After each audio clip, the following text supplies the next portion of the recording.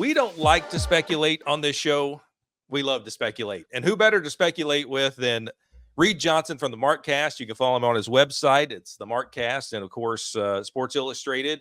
Reid, appreciate you joining me. We're starting to come up against the deadline here for coaches, and that's what we're going to talk about today. Yeah, I think my father-in-law likes this song that calls I don't like reggae, I love it. So that is our yes. I don't like speculation, I love it. Appreciate that. Yeah, the markcast.com, trademark to the Markcast, actually. TM. TM, yeah, the Markcast TM. But yeah, moving into CFL here, but still finishing up the UFL season.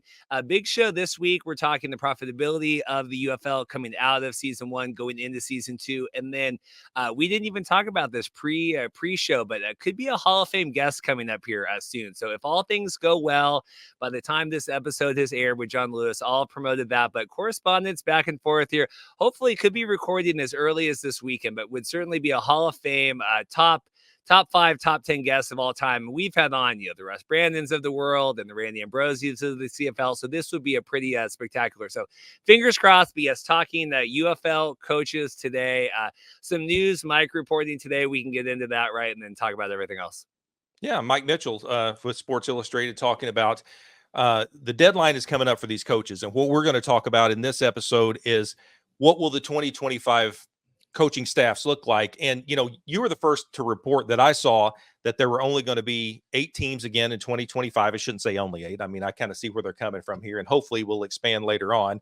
Always talk about expansion on YouTube, but we can also talk about that. If there are 8 teams, it means there are 8 coaches. And you have to wonder, what's going to happen with some of these coaching staff and head coaches if they'll choose to come back or maybe try to go on to greener pastures. And those pastures could be a little greener next year if they go somewhere else. Is that right? Yeah, so it's interesting. So Mike put out today, because we're talking about, they were trying to figure out when the rookie draft is going to be, and if it's going to be by, sometime mid-July. And we'll, of course, cover that and do, we always get, the football brainiacs and Pat Ruffino's. I'm sure Evan, we can get on with his scouting background. Evan Wilsmore with the IFL's Vegas Nighthawks. But so the way that the UFL coaches currently are, and you remember, so we have the overlap of the XFL coaches who are on the 3-year contract, and then we have the UFL coaches who are on the the 2-year, and then the extended on that. We brought in new coaches last year, but all UFL coaches are going to be seasonal with current contracts expiring 6/30, so the end of June. So, whenever you listen to this, but it's worth noting when we look at these coaches and whether they're going to be in the league or not, because we saw famously last year, Hines Ward opting not to be a part of the UFL this year, because in year 3, his contract was going to be reduced. Now, Mike Mitchell reported that why you wouldn't take year 2 at a higher rate. And then I would, it's spring football. Let's see how we do and get to year 3 to worry about that. But he didn't want to do that. Left a lot of his assistant coaches kind of hung out to dry. It was kind of the sentiment that was put out. That's reports I saw, not necessarily my, me verbatim. But so it's an interesting situation, but they're all going to be seasonal. The contracts are going to pick back up January 1st, 2025. The contracts will be back in. So anything that they do this summer is going to be a per appearance. So if we're going to have, Coach Becht is going to be at the showcase, or we're going to have, let's say Curtis Johnson sticks around or whatever. Those are going to be kind of one-off freelancer fees with travel. So there's something kind of interesting there. So they're not going to be under contract, but obviously they're going to be participating in these showcases. Mike was also talking about health insurance. Obviously being cut off as well. That's the world of a freelancer. That's what I do. I'm, my wife's employed and work, and we're under her. So it's, things to keep in mind that way. But it is a weird cutoff point now, and I do think it's a valid time to kind of speculate, as you will, because we are entering in a new era where XFL or USFL, they're all going to be finally UFL coaches contract-wise, if that makes sense. Yeah, so I think those are a lot of important factors to talk about when we talk about, if we think that these coaches might come back or not. And, Reid, let's just start at the top here with Birmingham Stallions and Skip Holtz. I mean, he's been there is no bigger advocate for the league, and there's not been a better winner in this league, in any of the leagues, really. He went 11-1 this year, won his 3rd straight title. Do you feel like that Skip Holtz is going to come back for 2025? Yeah, so there's always been reports in the past him being courted by some colleges, even Yep. UAB, I think, was talking to him. I think it was season 1 into 2 of the USFL. Obviously, he coached the Stallions, based out of Protective Stadium, and then now obviously they play out of there. We were, in St. Louis following the championship win. I believe, don't quote me on this, but I believe Coach Holtz was going to be on the charter flight out with some of the players, was not on that. So he was at the hotel that night. Very warm welcome, very well Yeah. celebrated. I can't imagine that many drinks were paid for by Skip or Right. family that night. I can't imagine if he is in Birmingham, many meals are needed to be paid for, anything like that. I I would presume Holtz is back. I think he is the big man on campus right now. I think it's a very comfortable, easy gig. You kind of know you're working January through, middle of June. I think you're able to kind of do that. If you want to do any consulting, anything like that for colleges, anything like that in the fall.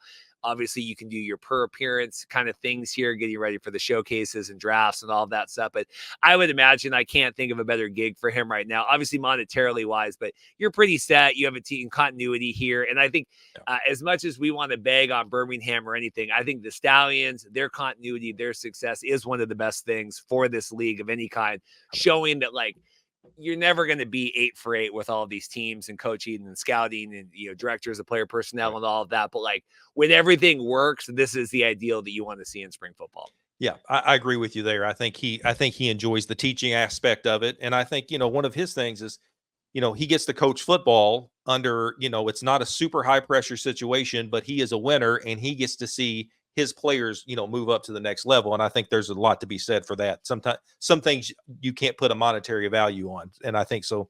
I think Skip Holtz will be back in 2025. Now, this Well, one I'm on the, sorry, go one ahead. more, yeah, just Yeah. one more point, because it is worth looking at that. I think we'll talk about the mentality of a lot of these coaches. Yeah. We saw that right now in the NHL with the Seattle Kraken. We got rid of our head coach, and so we are bringing in our AHL, kind of our minor league hockey Right. coach, and they're promoting him up to the league. And there was a lot of talk of, okay, this was Dan Bielsmo is his name. We fired Dave Haskell, and okay, he's been in the NHL. He's won Stanley Cups. Now he's coaching in the AHL, very comfortable, right? His players win. Does he want that? Is he ready to kind of take that leap back up to the, NHL proper with kind of all the, different, there's a lot more eyeballs on that and cooks in the kitchen of what's going on? Or is he happy kind of being in the minor league affiliate? Now he opted to go up, but it's not always about the money for a lot of these coaches. And they could say, I'm really comfortable here. I'm working 4 or 5 months out of the year, and then a couple other dates if I want to go do anything. There's just a lot more benefits of that than the money. But I do think you have to wonder the mentality, and not that it's even can you handle the pressure? It's, are you at a point in your career, in your life? Maybe you've got grandkids that are grown. You want to spend time with, there are other things you want to do. I think it's worth looking for a lot of these coaches. Which certainly leads us into Wade Phillips. You got here from the San Antonio Brahmas. Your San Antonio Brahmas finished 8-4. That just the UFL championship. I don't know. So this is why I say that I'm on the fence about this. Wade Phillips, I believe, is 76 years old. I don't think that he's lost his coaching fastball. I never thought that, especially on this level. I think, but I do think that he doesn't want to go out the way he went out. But then on the other side of that fence is, do I really see Wade Phillips coming back for another year of this? And, the more I've thought about this, even since that UFL championship, it just seems to me that might have been, and which will be the title of this episode, or the thumbnail at least, was that Wade's last stand? And I think it probably was. I think an interesting point too, coming out of the championship game, and I actually just watched today eating lunch. That's Good Sports. He's covered a lot of Brandon on there has covered a lot of the stuff all season, and he had was this the worst football game, championship game of all time? Yes. I thought his recap and echoing similar comments that Mike Mitchell had about Chase Garber and his propensity to slide, out of danger and kind of take the easy way out on some of those drives that potentially could have been, game altering, first downs and things. I thought that was pretty funny. But the bigger question to me coming out of the San Antonio game was not Wade Phillips. I think AJ Smith was really set up to kind of be the incumbent coming in here, the prince that was promised. And we love AJ and his work back with quarterbacks back in XFL 2020 and him as the OC with with the Roughnecks, with Wade, and then moving over to the Brahmas. And to me, I'm like, you're setting up, AJ to kind of be the next guy. And they were so bad in that game, and they really were so ineffective a lot of the season, right? I mean, it really wasn't the same. And I know Chase Garbers isn't PJ Walker and isn't, Brandon Silvers or whatever we had, like Cole McDonald, right, running around last year, like right. trying to refresh, like, okay, who the heck was all on that team? But it's an interesting situation where I really thought that he was going to be taken over for Wade at some point. And I don't know, does Wade stick around, but I'm only the DC, or I'm kind of an advisor, or I'm going to be, I still want to be involved in this, but we're kind of going to groom AJ. But to me, like, did he lose his opportunity as well? But I don't know. Like, Wade's old. He seems passionate. He did not seem this was Anthony Miller was at the press conference for Sports Illustrated following the game. Didn't seem at the time to really take into account a lot of the misgivings maybe they had during the game. It was more, I'm really proud of the guys during the season and how we fought. I would have liked a little bit more of how did you get shut out against, the Stallions and really played like garbage and couldn't get the ball moved past half field and all that stuff. But, we'll see. I don't know. Wade's old, but to me, AJ Smith is kind of the more interesting one there because I thought he was. I mean, to me, that was a no-brainer that he would take over the Brahmas or go somewhere else. I felt like he was a coach in waiting in the UFL one way or another. Agreed. So, interesting situation that might pop up here, and we'll find out, maybe shortly. Anthony Becht, at one point I would have said that he is a St. Louis Battlehawks lifer, another guy who is a complete advocate for the league. Finished 7-4 this year, disappointing, within the XFL championship. I do wonder if he might go and maybe seek some, maybe either high major college coaching, maybe be on a coaching staff or a head coach for that matter, or if there might be some opportunities for him in the NFL. Coach Becht is interesting. I think the Battlehawks are really interesting as well. And I don't know when there is time to have this conversation about them, like, rising up to the occasion, or like, is the moment too big? Because we've seen this now in back-to-back seasons where it's, 2 years ago, had to win at home against the Sea Dragons, make it into the playoffs. They didn't. It came down to the tiebreaker, and we can bemoan all of that. But it was a win-and-in situation. You didn't do it. This time, obviously losing. And I mean, do they look any better against the Stallions? I don't know, right? I mean, does AJ McCarron just get they couldn't have looked worse. Well, that is true. I do know that Coach Becht was tweeting today. I think it was today or yesterday that one of the showcases already this summer he's planned on being at. I think Mike was saying to us that his son is playing either nearby or is involved in something football wise in the area also that weekend. So that's part of it. Beck seems very invested in this, very excited. And if he's already taking steps and promoting the showcases and stuff, I have to feel like he's invested that way. I just am curious, like, if his messaging with the team, I say this as someone that, I feel like my BC Lions in the CFL are a little soft sometimes. I think the Kraken were a little soft. Like, do you have that killer mentality? We just saw the Florida Panthers. Can you go lose 3 in a row, and then when it's game 7, come back and kind of shut it down and take it all, take the Stanley Cup? I don't know. I don't know if the Battlehawks are at that point, but I think that Coach Becht is invested. I'm just curious if there's any tweaking for his mentality here going into 2025. Yeah, that was another guy who was on the fence about it. Of course, we're speculating, but when I saw that his post about there was no excuse for these guys to not be in front of him for this showcase, it certainly sounded to me like he was going to be there and that he's invested at least for 2025. When we go to, we move on to Mike Nolan, Michigan Panthers. That was one of the surprise teams I thought this year, especially the way he did a lot of things with so many different quarterbacks. There was some speculation at the beginning of the season that it was a vibe. It was a vibe that he wasn't like super interested in this, but that is not the vibe that I got through the regular season, and certainly not in the postseason either. I do wonder if Mike Nolan has questions like the rest of us. What are we going to do with this Ford Field situation? And also, to that point as well, when they went to Birmingham, they had an opportunity. If they had won that game, they would have been the number 1 seed in the USFL. But then you have this, what it's like, the brand of spring football sometimes is like, well, your home is booked right now, so you're going to have to play back here next week. So I just wonder if that might be a little low level for him.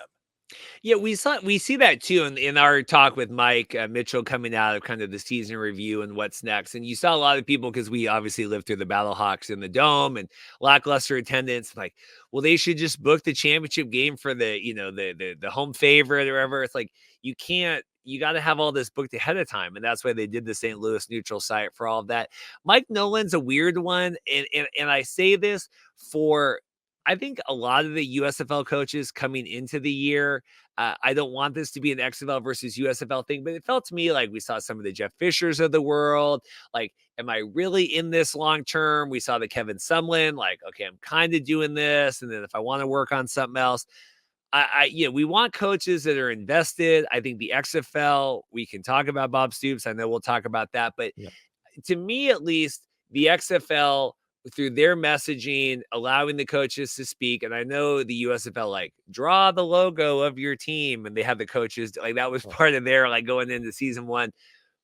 I buy in on the Wade thing. I buy in on the Anthony Beck thing, right? I buy in on some of these XFL, the Reggie Barlow, like, I buy in. Man, Reggie was, we'll call it networking. Reggie Barlow was in St. Louis and was networking.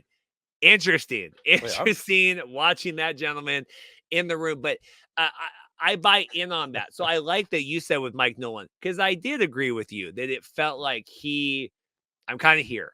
And then got the team playing, dealt with a lot of injuries, got the coach of the year, right? And that that's right. supposedly fueled Wade Phillips and those guys. Hey, we're mad and we want, like, our coach should have been. I don't know if anybody cares about that or not. I know They that. do.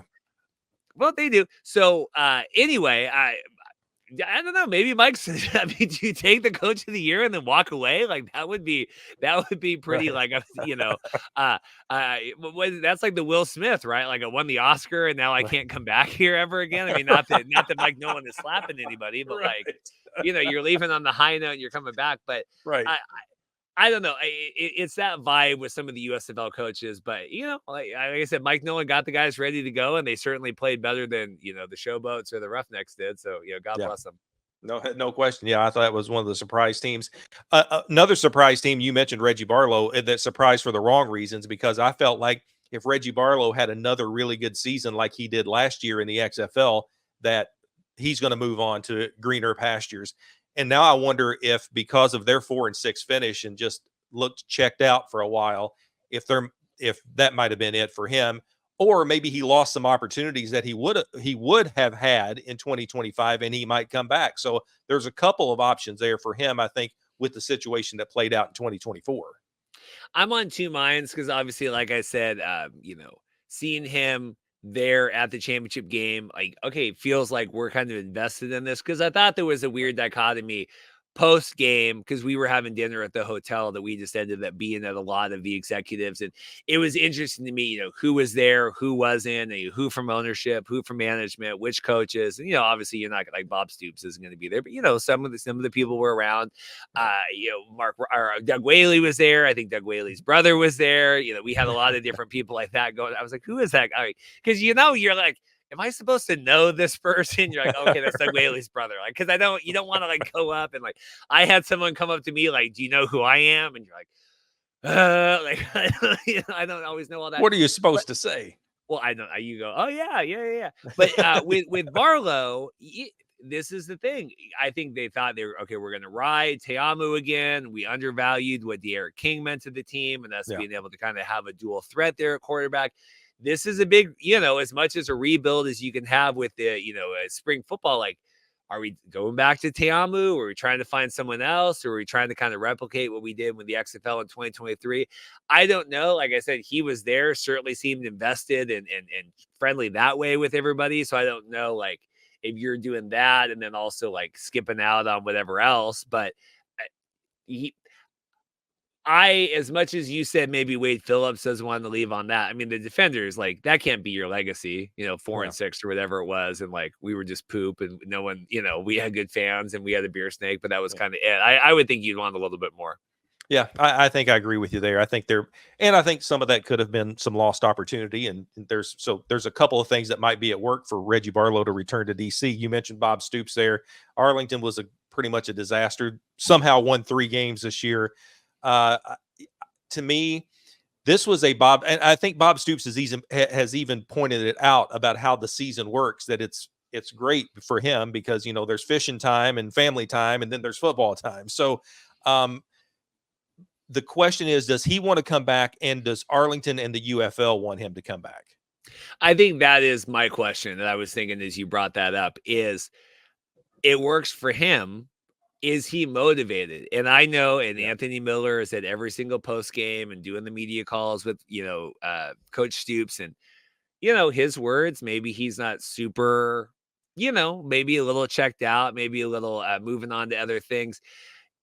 It works for his schedule. He is someone that when I talk about the money difference of going in from the XFL coaching contract to the UFL, that I am curious if Stoops is someone that sticks around. If you go from making, I think Mike was telling me, mid what do you call that, mid 6 figures, right? $500,000 or whatever, you're going down to maybe 150,000. Right. Like, is that, it's different, right? And I take gigs at slower times a year and not at other times in my work. And is it work for you to just hang out in Arlington, and maybe you're, it's not too bad of it. You come in from your home. Does he still live in Oklahoma, right? Is he still hanging around? So. Yeah.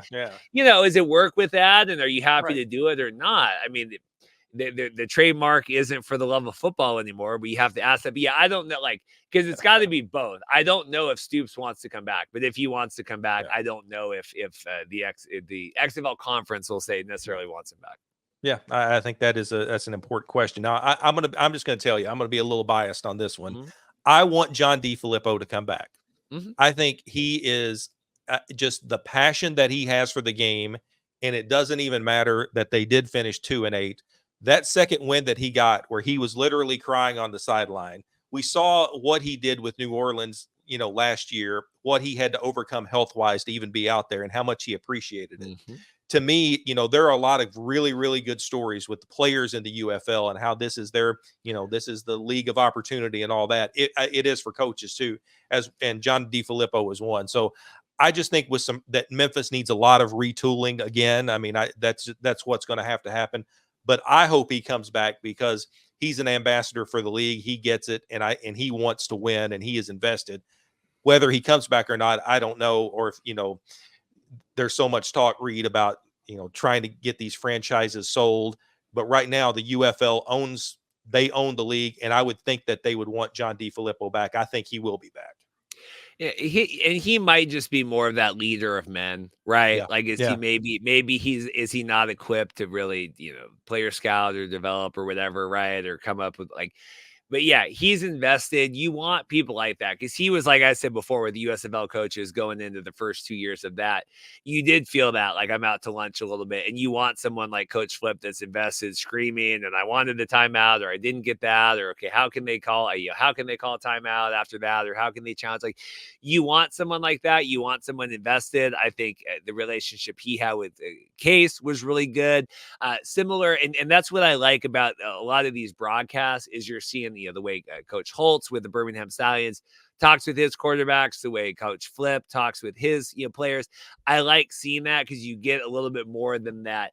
I deal with this with the CFL a lot, where I don't love how Rick Campbell of the BC Lions addresses the locker room, especially after losses, and well, we got to do better next time. And I don't like that, right? I would like a little bit more, and I'm not saying he's not passionate, but I am an intense person. My wife said that's why she married me, is because of my intensity and passion. So I like seeing that. And I would like to see, like I said, Rick Campbell on the, more on the sidelines, right? How's he interacting? And I like that because I know without a shadow of a doubt, Coach Flip is invested. He cares. He knows how to address his players. I feel like he is getting the best out of them. So I like Yeah. that. And I like him being a part of that. Like you said, being a cheerleader, being a spokesman. He's someone that believes in it. You got to get a better offensive line and quit killing your quarterback. And, there's many other things. But I think as a leader of men, I think he is fine. And finally, if there's one coach that I would say is more than likely not coming back, it would be CJ Johnson. I think he's probably a good guy. It just did not work in Houston. A lot of things didn't work in Houston this year. I mean, there was a lot stacked against him, that franchise, those fans. But to finish 1-9 and have some of the worst performances in the league, I just don't know that the UFL wants to see that again. It's going to be really interesting because, like you said, the Roughnecks need a lot of help, right? Yeah. And if I am the league, I am doing anything I can to salvage that franchise. And if it's moving the stadium or bringing back old logos, or can we fix uniform stuff? No, Make them the gamblers again. Well, no, but I am, if it is me, one of, and there's 100, there's 1,000 marching points going into 2025, but I would think a top 100, top 50 is like, we need to fix the Roughnecks. We need to get that fan base back. And so I think that would be great. Wholesale changes that way. And I think that tells people like, no, Curtis is a great guy. He's been on the show preseason. He's great. It's never, it wasn't a great situation. I mean, he didn't ask for any of that and to be, to move and do all that stuff. But the gamblers were not great. The Roughnecks were not great. He doesn't seem to resonate. I mean, the team is horrible. Like, you need to do anything in the world to get rid of it. And I'm sorry, like, if nothing else, but you got to find someone that wants a job, and that's the thing, right? We saw Coach Blevins, who now got involved with the Stallions, with the defensive side, kind of like I don't know if that was a make good from the Vipers going away, but like, you got to attract these coaches, and like, well, you're here at least a year, or we hope you're going to be around. I mean, that's interesting. So it's a whole debate that way, and getting there's people you want versus people whatever. But I think it's a rehab. It's fixing the Roughnecks. That's one of my top marching orders, and that'd be getting rid of him. AJ Smith, head coach of the Houston Roughnecks. I think that would be. I think that would be. I think that would be a really good move. I don't know. I think it would be. And like I said, I love AJ, and it was so weird and I know we talked about the Brahmas already, but it was so weird to me of like, and I am not the football guy, right? But talking to him last year, we interviewed him. There was the Texas ice storm. They couldn't practice. They couldn't do anything. And he had his VR machine going because he had all the stuff that he had built all in. And he was like running silvers through drills in the lobby. And he had all these players. And he's talking to me, and just like, he's one of those guys that's just so smart, right? And just, like football just flows out of him, and you watch him like. And then I don't know where that person was this year. It felt like, Space Jam, and like the Monstars came and like stole, because I'm watching the championship game. I'm like, how are we doing the same play every single Maybe time? Run the ball. Maybe run the ball. And so I don't know where that went. I don't know where that human is. And so hopefully if he gets the whole show, I can't imagine it's Wade like holding him down. I just don't know if Garbers they didn't want, or they're dealing with this and they didn't have whatever. But I would be really curious with that. I would like to know, friend of the show, I might have to hit up like a Brandon Silvers just in private of like, what did you see? Because he was someone that really flourished with him, and it was like, no question. AJ knew exactly what Brandon could do and couldn't do, and asked him. And like, I don't know if it was just the injuries or whatever, but I think that would be a great start. Get AJ promoted up there, figure out someone else, keep Wade, and then maybe you run back everybody else. Curtis would be the only one I think is or you got to surround him with a lot of other stuff. Like I said, I love Curtis, but I think it has to be involved in a rehab there of some kind. Right. And if there's something that might be a saving grace for him, it would be that this league wants to show some stability. But you also have to show some kind of upgrade too. You can't have another 1-9 Houston team. I will just say that, like, I think it'll be interesting. Like you're talking with Curtis of like, what is the balance of showing stability, building to year 2 versus like we got to get a little umph here, Yeah. you know, and we talked at the top that, you know, the 8 cities returning. I not heavily, but I disagreed with Mike where he on the show that we had the interview recapping the season. Like Mike didn't think, well, it's better to, at least to paraphrase, it's better to hide kind of that announcement if we're only doing the 8, because how can you spin that positively? And I think with the right PR, I think you can spin anything positively ever. I think we've seen that, especially in just the world we live in 2024 with politics and everything else. I think you can spin that of like, we're doubling down. We're investing in this. We're coming in. We're going to be all the stuff Russ said to me, Russ Brandon, 2.5 years ago, or I guess coming up on whatever it is. Like, we're going to be the first people in, the last people out. We're doing that. And yeah, do you double down with Houston? And we're going to make some new coaching signs, but we want Curtis there because we want that stability. Like, I think that's a curious balance here with a lot of these coaches. Like how much change is good, positive change going into 2025 versus like, well, no, we got to hold the course because we got to show like, if you are a coach that comes to work here, you do have a little bit of a leash. We saw that with the Commanders last year where Ron Rivera was clearly out the door and Josh Harris and the ownership group said like, we want to show that if you're the next coach that comes in, we're going to give you enough time and we don't want to pull the rug out. And, I think Curtis has seen enough time, but maybe they want to, you got to give the Roughnecks at least you hear that all the time. Like, we got to just get a full off season. Maybe if they have a full off season, maybe the merger helped hurt Curtis's stuff that way. We'll see what happens. I mean, that's what we do. We speculate, and that's what we just did. Reid Johnson, you can check out themarkcast.com, social media. Check him out on YouTube, of course, Sports Illustrated, podcast on your favorite app. It's great listening. All things alt football, diving into some UFL with me as he goes heavy into the CFL season. Reid, always appreciate it. I love being on your show, and I appreciate you taking some time for me.